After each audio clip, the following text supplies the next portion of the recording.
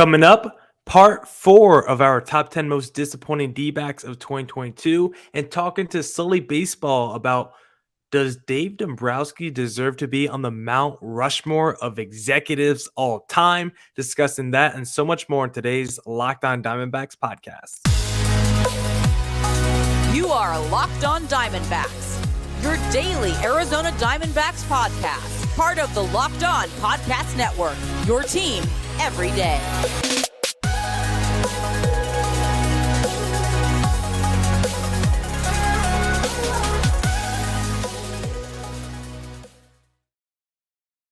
Welcome into the Locked On Diamondbacks podcast, part of the Locked On Podcast Network, your team every day listening to who? The always charismatic host of this podcast, Millard Thomas. I'm a multimedia journalist and I'm a graphic designer, so please go check out my website, millardthomas24.myportfolio.com. On there you can see all my latest work, from my packages to my articles to my photos and my graphic design. If you want to see more content by me, just follow me on Twitter at CreatorThomas24 for my personal account, or just look up Locked On Diamondbacks on both Twitter, Instagram for the podcast handle. And of course, thank you for making Locked On Diamondbacks your first listen every day. I would not be able to do this podcast without you, my loyal listeners, sharing, subscribing, reviewing, doing all that so I could do this podcast for you. Thank you. It's free and available on all platforms, so please continue to tell your friends. One of those platforms is YouTube, Locked On Diamondbacks on YouTube as well. So go check us out on our YouTube channel and please hit that subscribe button. We're going to be talking to Sully Baseball about Dave Dombrowski. Should he be the GOAT of executives? Should he be on the Mount Rushmore for what he's done in his career? So we're going to get into that. But at first, we have to continue my little power ranking of the top 10 most disappointing D-backs from 2022. Because we got up to part 3 last week. I took a day off because yesterday, I guess at the time you guys are listening to this on Wednesday, I took Monday off, no podcast, because Monday was my birthday, turned 25 years of age. So you can wish me happy birthday if you want, once again, at CreatorTom24. But I took Monday off because of my birthday. We didn't have a podcast that day. So I believe we stopped at part 3. We got up to number 5 because to tell you the list of the top 10 most disappointing D-backs, once again, our honorable mentions was J.B. Wendelken, Humberto Castellanos, and then that Jordan Luplow, Cooper Hummel duo.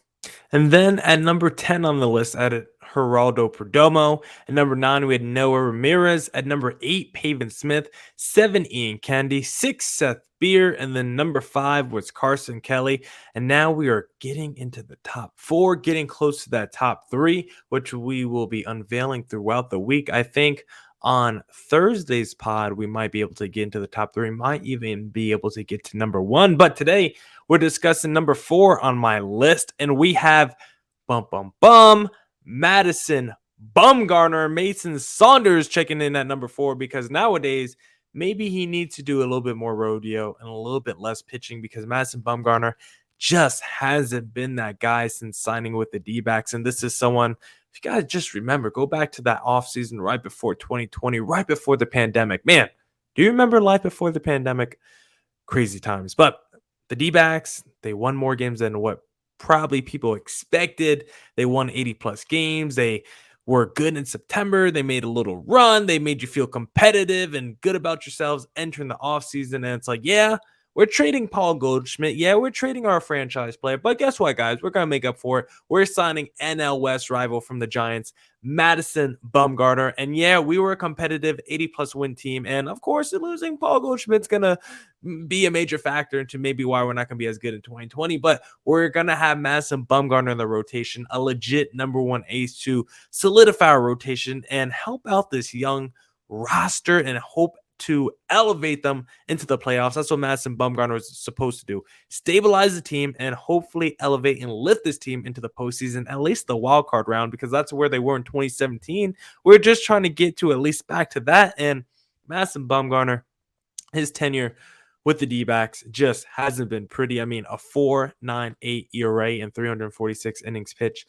in his D-backs tenure so far. And this season, Madison Bumgarner, another disappointing year, a 4.88 ERA, 158 innings pitched, and it's sad to see. And he's number 4 on this list. Like, you could put him higher because of he's just not very good, and he's disappointing every time he pitches pretty much. But The only reason he's number 4 and not higher is because I think we all expected him to not be good this year. Like, you might have built in a little bit of hope and maybe a little bit of optimism because you're like, you know what? We do now have Brent Strom as our pitching coach. He has been that guy throughout his past, throughout his career, like we've talked about a lot on this podcast. He is King Midas when it comes to pitching coaches. Whoever he touches usually turns into a Cy Young Award winner. And we weren't thinking, okay, Madison Bumgarner is going to turn back the clock and look like the dude who is 26 years of age, closing out the World Series after pitching, game 1 and game 3 or whatever. But we weren't expecting any of that. We were just like, all right, can Madison Bumgarner at least look like a pretty good number 2 starter for us? Maybe a number 3 starter. Just look like a competent starting pitcher. If you could give us like a 3.8, 3.9 ERA. Just give us what Merrill Kelly did back in 2019 when we had like a 4.22 ERA. Just give us something like that. And Madison Bumgarner, I mean, if you look at the stats in the first half, you would think he was having a pretty decent season because he had like a 3-point-something ERA in the first half. But I think it was a lot of fool's gold. And I think that's why his second half ERA was so bad, because I think it was a lot of fool's gold in the first half. And I never believed he was actually pitching well, even when his ERA was pretty solid throughout the season. I never thought he was actually pitching well because I actually watched his starts.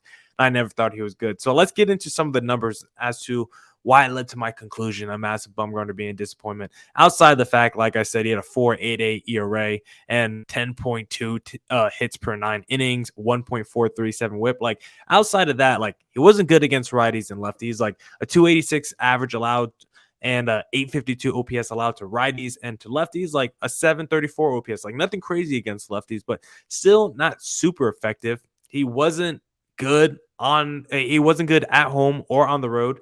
Some players like Blake Snell, they have that big discrepancy. But no, Madison Bumgarner was consistent. 4.74 ERA at home, 5.07 ERA on the road. Like, I really respected that from Madison Bumgarner.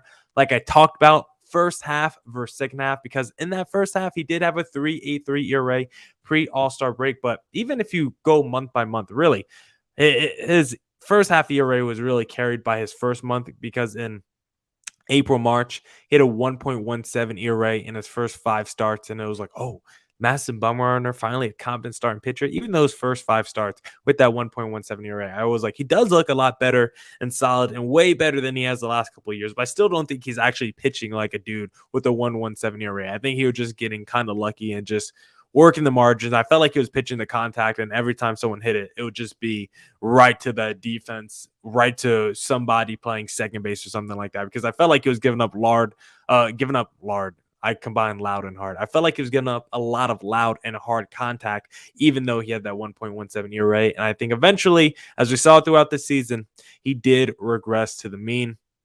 I think something that was funny when looking at Madison Bumgarner and his just really bad stats is, like, I always talk about those groupings, and like in your lineup, like it goes the way baseball references or splits, they split the lineup basically into 3 sections. The first 2 hitters, your 3 through 6 hitters, and your 7 through 9 hitters. And Madison Bumgarner against each of those groupings was just terrible. 794 OPS allowed to the 1 and 2 hitter, 870 OPS allowed to those 3 through 6 hitters, and a 788 OPS allowed to the 7 through 9 hitters. Like, no matter what grouping of who Madison Bumgarner faced, he was getting shelled. You look at what he did with runners in scoring position. Guess what? Not very good. 292 average, 820 OPS allowed. How about 2 outs? The time you're supposed to shut down the inning.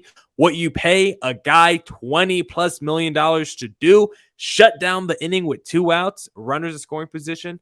Madison Bumgarner can't do that. A 270 average allowed and 755 OPS allowed with 2 outs or runners in scoring position. Just 2 outs, 852 OPS and a 301 average allowed. And if you attack Madison Bumgarner early, you have a great chance of defeating him, because on the first pitch, Madison Bumgarner is giving up a 456 average and 1171 OPS when he throws that first pitch to the opposing batter during his plate appearance. So not very good there.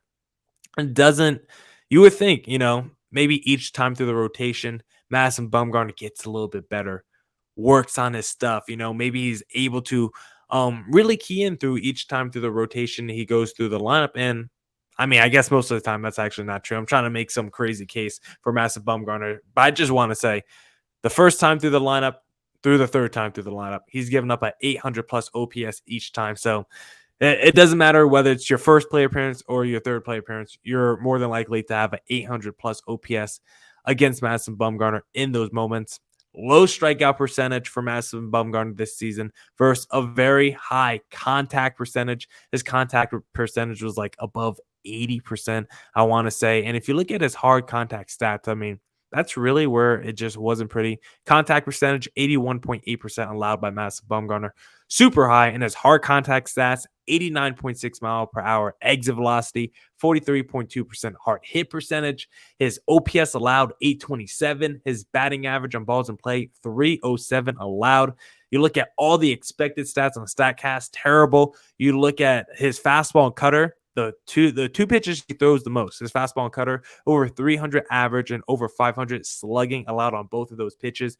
Madison Bumgarner has been a major disappointment since signing with the D-backs, and he only lands on number 4. Even though he might have been the biggest disappointment this season, he only lands at number 4. It's because we kind of built in some expectations for him to be disappointing this year. So Madison Bumgarner, I don't know what to do with you. Hopefully you could turn to a good bullpen reliever next year.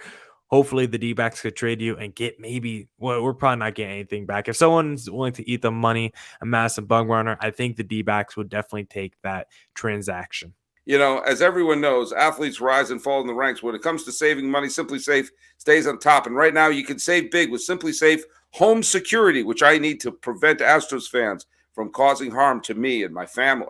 They're giving listeners 40% off their advanced security system, and Simply Safe was just named the best home security of 2022 by U.S. News. You're going to love it because it's Simply Safe. Your safety is the only thing that matters. It's got 24/7 professional monitoring, and when a threat is detected, Astros fan, Simply Safe has a monitoring professionals promptly to contact you and dispatch first responders to your home, even if you're away or unable to respond. 24/7 professional monitoring costs under $1 a day. That's less than half of ADT's traditional professional installed plans. Monitoring experts use proprietary response technology to visually confirm when a break-in is real, so you get the highest priority police dispatch. Don't miss this chance to save big when you protect your home with the best. Get 40% off your order when you visit simplysafe.com/LockedOnMLB today. Customize the perfect system for your home in just a few minutes. That's simplysafe.com/LockedOnMLB. Go today. There's no safe like Simply Safe. Hey, Millard, I want to bring another name up here. Okay. The switching gears. We talked about Cashman, and when Cashman took over the role of general manager, the defending World Series champions were not the Yankees, but were actually in Miami, the Marlins. Now, since that time, the man who is in charge of that Marlins squad, Dave Dombrowski, left Florida, eventually took over Detroit, a Detroit team that had lost 119 games in 2003. And under his leadership, in 2006, they were back in the World Series. And in 2011, they had the first of 4 straight trips to the postseason, including another pennant. He was let go midway through the 2015 season, was picked up by the Red Sox, and the Red Sox won the division the first 3 full seasons he was there, winning the World Series in 2018. Yes, fans, I know there were some shenanigans with that 2018 team. Of course, he didn't make it through the next year. And he's picked up by Philadelphia, and Philadelphia is now in the World Series. And Dave Dombrowski was in all of those. And by the way, since Cashman took over the squad, beginning of the 2006 season, Dombrowski has been the general manager or president of, count them, 1, 2, 3, 4 pennant winners, as opposed to the 1 pennant winner in New York. And he did so inheriting some teams that were a bit of a mess, that the Tigers were irrelevant since the days of Lance Parrish and Kirk Gibson, that the Marlins were a non-existent franchise, The Red Sox had just finished flopping around. They won the World Series in 2013. Then they started flopping around. And the Phillies were the definition of irrelevant. And yet, he took all those teams to the World Series, winning with 2 of them. All right, he won with the Marlins. And now he's trying to win. He's trying to win World Series with his 3rd organization. But he's taken 4 organizations to the World Series. Dombrowski is everything that Cashman isn't. He goes for it. Each one of those franchises that I mentioned, he showed up and said, "Who are our best prospects? All right, trade them right now. We're trying to win. We're trying to win." And let me tell you, this Johnny Appleseed of penance, okay, it left a bad taste in everyone's mouth what happened in Miami in 1997. But I can tell you, I know a lot of Tiger fans. And while they're incredibly frustrated that squad never went on to win the World Series, and they didn't, they had the best memories of their baseball lives seeing them going to the World Series. I can tell you, all right, was the 2018 Red Sox team the most cute and cuddly of all their champions? No, but a lot of people love that sight of Sale striking out Manny Machado to clinch it. And believe me, I know lots and lots of Phillies fans, and they are thrilled that they are no longer a team that hasn't even put a winning record on the field, but are now playing in the World Series.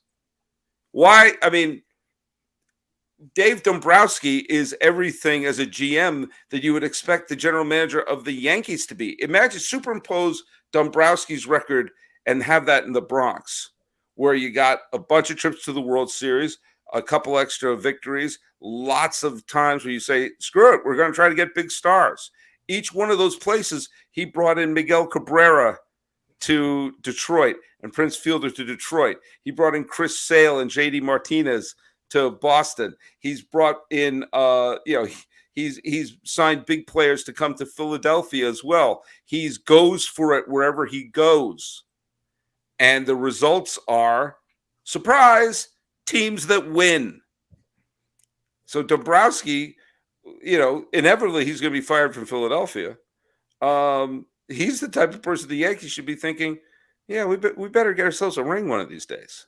Yeah, I love Dave Dombrowski. I think the last time we talked, I floated the idea that maybe Dave Dombrowski should be on the executive GM Mount Rushmore because of how good this guy has been. Maybe he should be the face of our generation the last 20 years of GMs, because right now, the Phillies, just get into the World Series. Maybe you got to start the conversation of who do you want to be the architect of your team if you're a rebuilding franchise, if you're a cursed franchise? Do you want Theo Epstein or do you want Dave Dombrowski? Because Dave Dombrowski, like you just laid out, has made a hell of a case for himself. And if he was the GM of the Yankees, they might already have a World Series championship, because you know what Dave Dombrowski would do if he was the GM of the Yankees. There would be no Anthony Volpe in your minor leagues right now. There would be no Clark Schmidt or whoever, Jonathan Leisiga.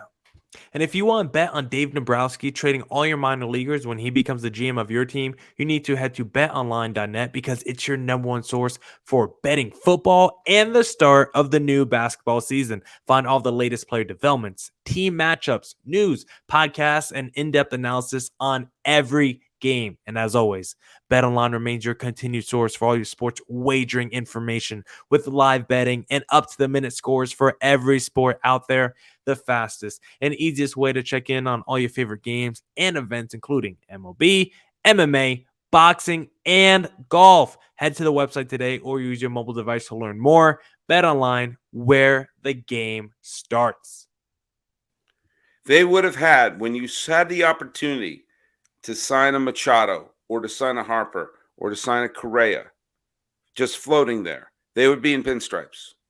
When you had the opportunity to trade for a big name pitcher, whether it was a Sale or whomever it is, the acquisition of Sale, even though he broke down, he was there to deliver a World Series title to Boston, which he did. And anything that happened after that was gravy. And he understood that.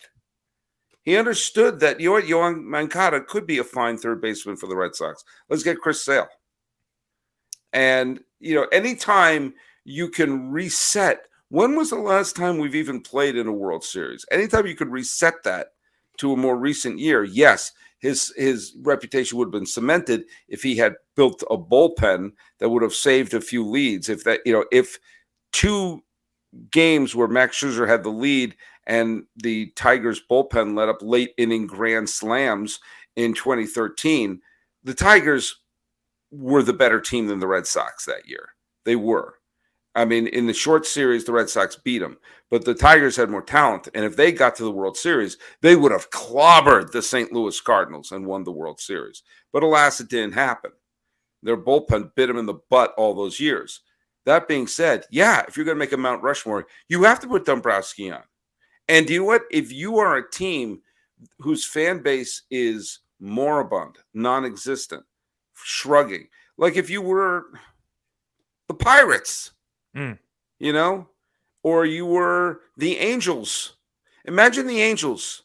You give it Dave Dombrowski. We're already giving you Shohei Ohtani and Mike Trout. Build a mediocre team around those two. Next thing you know, Trout has a few October memories.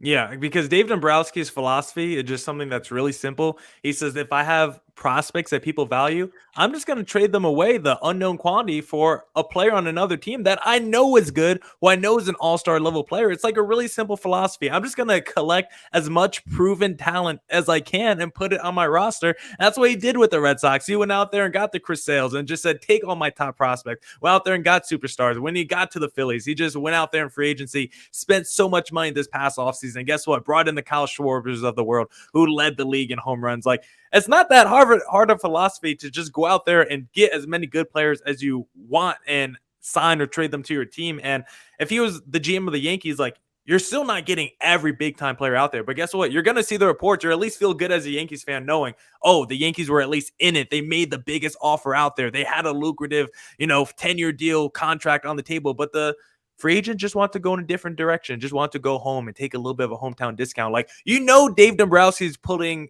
everything he has into getting those players. And for the Brian Cashmans, a lot of those times he just sat on his hands and said, you know what? Might pass on this guy. Do we need Corey Seager? We can't afford him. We don't want to do that. Remember that Harper and Machado were unsigned when the 2019 spring training began. Two legitimate MVP candidates in their prime, in their 20s, were available to be signed by anybody, including the Yankees, who had a need at shortstop, a long-term need at shortstop. And everybody could have used a Bryce Harper. Imagine Bryce Harper's numbers at Yankee Stadium. Come on. Yeah. Instead, he's in Philly. Instead, those two met in the league championship series and both got big, huge home runs in that league championship series. And, and we saw what they made. They needed Realmuto. They needed Wheeler. They needed, I'm not sure, Dombrowski didn't make all those moves, but he made a bunch of the moves to put them in this position. And it's going to let's give him a lot of love. And it's going to be another offseason where you look at that shortstop market and you say, listen, if Anthony Volpe doesn't come up and he's not an immediate superstar, it's going to be another year where you miss out on the Trey Turners, the Xander Bogaerts who are in free agency. This year, it's going to be another year. And Correa again, because he's going to opt out from Minnesota. Yeah, so Volpe and all these minor leaguers, the ones that we always think are going to be great, the Gary Sanchez's and the Clint Frazier's of the world, like, I give the Yankees credit. They know how to build up someone's value. Remember Jesus Montero? Yeah, that's what, like, the Yankees for like 1 year can bring you up and convince everyone that this guy's going to be a future superstar. Even for one season, they'll put those guys in the field and make them look like a superstar for a season, like Jesus Montero, like the Gleyber Torres, like the Gary Sanchez. We could have a season or two where those guys look like future all-stars, and the Yankees will sell all that Kool-Aid to you. And if you're the right buyer, the Yankees will sell those prospects to you, but it doesn't happen often. And more often than not, the Yankees hold on way too long to their overvalued prospects. And then over time, those guys don't turn into anything, and then they just become sunk costs, and then you can't trade them for the players you want. It's better to be early and to bring it all back around, go the Dave Dombrowski route, blow up your farm system, and trade the guys that you don't know who are going to be question marks. Like, unless it's like the Corbin Carrolls, like the D-backs, where he's a future superstar, you keep that guy, and you only trade him for the Juan Sotos of the world. But for everyone else in your minor league system, you trade them for the best players you could get for them. Where's the Brad Pitt movie about Dave Dombrowski? I know. I would love that. I know. You could play Dave, I feel like, Sully. I'll play it. All right. Well, I bet you can too. Oh. Play Dave. Oh, It would be strange casting. It'll be a different kind of movie, I feel like. Yeah, it'll be very different. It's like Hamilton, so we're going to different kind of casting here. But you know what? I'm casting you as my podcasting partner at least once a week. So Millard Thomas, tell people where they can find your show. Follow me on Twitter at CreatorThomas24 for my personal account. Look up Locked On Diamondbacks, Twitter and Instagram on all your podcasting platforms. And follow us on YouTube, Locked On Diamondbacks on there as well.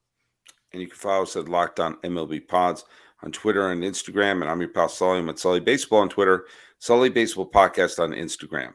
Taking a look at the people who are the architects of one team that got swept out of it and one team that drove themselves into the World Series.